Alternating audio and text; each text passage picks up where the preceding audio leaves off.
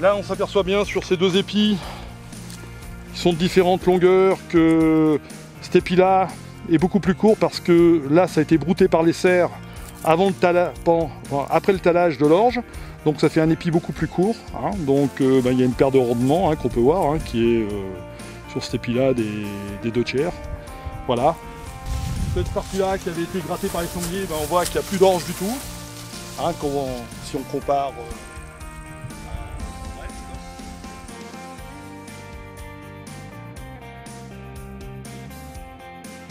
On voit bien encore les grattés de sanglier par terre, hein. Voilà, donc ça c'est les grattés qui datent du mois de octobre-novembre, hein, au moment du semis ou tout de suite après. Et tu vois vraiment quand on voit des différences de hauteur d'épis comme ça c'est vraiment dû aux cerfs. Les cerfs qui ont mangé le plant en janvier et février quand il n'y a rien d'autre à manger pour eux. Donc ça fait vraiment une paille qui est plus basse, surtout ça a commencé à taler, ça fait des tout petits épis, comme celui-là, là, et qui sont vraiment bien différents d'un épi normal. Voilà, et donc ça a une incidence importante sur le rendement. On a des épis qui sont pas bien chargés, hein. Si on regarde les grains, voilà, des grains qui sont pas très gros. Voilà, des épis qui sont un peu...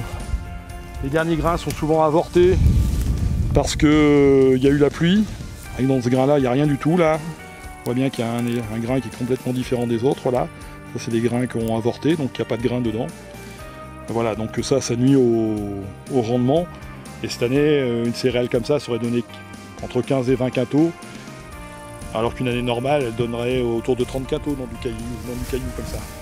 Donc voilà, donc on avait fait un constat provisoire cet automne, hein, sur la culture, pour évaluer, constater les dégâts. Et aujourd'hui, on va signer un constat définitif, une expertise définitive, qui va permettre à M. Berner de moissonner. Expertise définitive qui est obligatoirement faite avant la récolte.